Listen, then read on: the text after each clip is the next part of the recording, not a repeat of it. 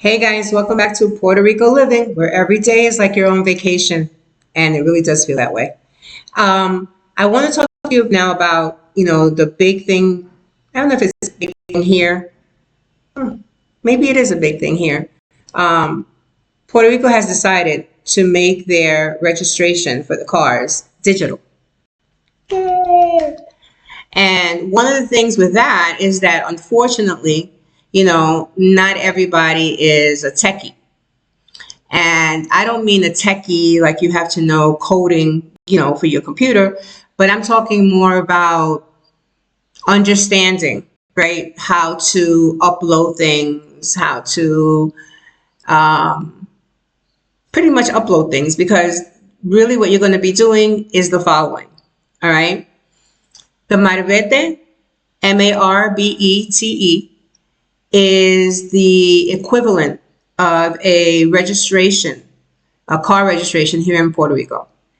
And then what happens is that you have to take your car with the vehicle license. Now, good and bad, it depends on your interpretation, right? The vehicles are the ones that have their own license. Yes, you have your own license. You saw one of my videos that told you how to obtain your license, but the vehicle itself has its own license. What does that mean? It means that when you go and register your car, right? Let's say when you go buy a car, they will go ahead and give you the paperwork for that car. That's called the vehicle license. That paperwork is vehicle license. So when you get pulled over by a police officer, which in 2 years we have not been, you would have to show them that vehicle license. The vehicle, okay, if you were to get any kind of multas, tickets, okay, whether it be speeding or maybe you forgot to pay your Easy Pass. Here it's not called Easy Pass, it's called Auto Expreso, Auto Express, which in another video I'll cover that. But what happens is that you have to make sure that the vehicle has its own license. And then so any speeding tickets, anything that happens to the car is the one that gets the ticket, not you and your license. Okay? Which I thought, it never happened to me in New York, but I thought that was really cool. The only difference now is that if you have your vehicle and you go to sell your vehicle, right? Let's say privately, to somebody, you have to let them know that the car has tickets on it, or they will go ahead and do their due diligence, go to Sesco, which is the DMV here in Puerto Rico. They will go ahead and look up that car by the license plate number and tell you if that car has any multas, any tickets. If it does have tickets, the owner has to pay for those tickets. So what is good about this, I think, is that your license is not what gets affected. It's the car. It's the car itself. So, something happens and you can't drive this car anymore. It's not on your license. When they pull up your license, it doesn't show up on your license. So now let's get back to what I was saying. Now, when you go and you bought this car, which in another video we'll talk about, purchasing a car. But when you buy this car, they will go ahead and give you the vehicle license paperwork. So far, so good, right? Okay. So you get your vehicle license paperwork and you take that paperwork to an inspection center, a mechanic, a garage, just like you had in New York, and you will go there and they would pretty much what they're interested in is emissions testing, So that's the most important thing. So they'll check for the emission testing. Maybe you might find other ones that do more of their due diligence and they'll check tires and all this other stuff. But for the most part, it's the emission testing. Once you pass that, you will go ahead and choose which insurance is it that you want, because every insurance has a different price range. And also remember that here, you don't pay your insurance monthly. You don't pay your registration. I don't know what it was over there. I forgot. Was it every 6 months? Ricardo, was it every 6 months? What? The registration? Or was it once a year? Where? The registration in New York. Every year. Okay, so that would be once a year. But if you're going to go ahead and now register your car here, you're going to pick whatever insurance that you want. And the person who does your inspection, he will go ahead and show you some options of insurance. I'll tell you that for us, we only pay $180 for the year. And that's collision and liability. Lived in Long Island, New York, all my life. Sold our house last year in 2023, February. We were already living out here since 2022. And I'll tell you that, wow, just that made a huge difference and an impact on the budget, obviously, right? Because that was huge. So we only pay $180 for the year to have collision and liability insurance. And then they tack on $20 that goes to the inspector, garage, mechanic, whatever it is, right?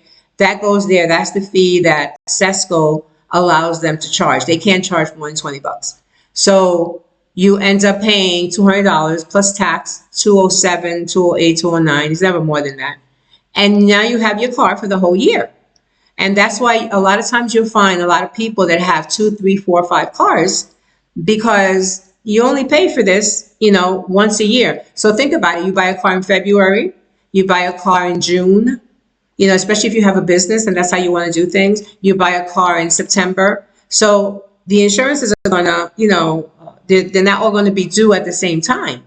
So it's doable. It really is doable. So now you have your paperwork. Now you have the inspection. Now the new thing now, because last year, once you got the inspection from him, they would give you a sticker. And the car has absolutely no stickers anywhere. And the only sticker was on the right-hand lower corner. That was the only sticker that showed, nothing else. Now, there's no sticker. Now what they do is once the inspection part of it is done and you pay, they'll go ahead and now they'll give you what looks like an Easy Pass sticker. And then that you register digitally through your DMV Sesco digital, which is the Puerto Rico DMV. And then you go ahead and then you digitally put in those numbers. And then now you stick that to the middle top part of your windshield. That's it. So now in your app, you're able to do it yourself. This is why I said techie in the beginning. You're able to do that yourself. And then after you do that yourself, now that information is already in Sesco digital, which is Puerto Rico DMV. I know I keep repeating it, but I'm doing it on purpose so that in case there's a little confusion or you say, well, what's the Puerto Rico DMV? It's Sesco, CESCO. Go back and look at how to obtain a driver's license in Puerto Rico, and I give you all the information about Sesco there. Okay, so once you do that, you're good to go for another year. So, that's the only issue that I had because, my father is, he's 82 years old and he has no clue, as to how to do anything digitally. But it doesn't really matter with him because he just went in person and they helped him in person. So, they know who can and who cannot. And if you can't do it digitally for whatever reason, it could be a medical reason. It could be that you just don't see the app that clearly. Look, I have my glasses up here. You don't see it that clearly. You can definitely go and they will help you with that. One thing that I can tell you also is that, dealing with the DMV here in Puerto Rico, the Sesco, what a delight. I'm telling you, what a delight. walk in there, you know, like when you see the video for the driver's license, it was easy peasy.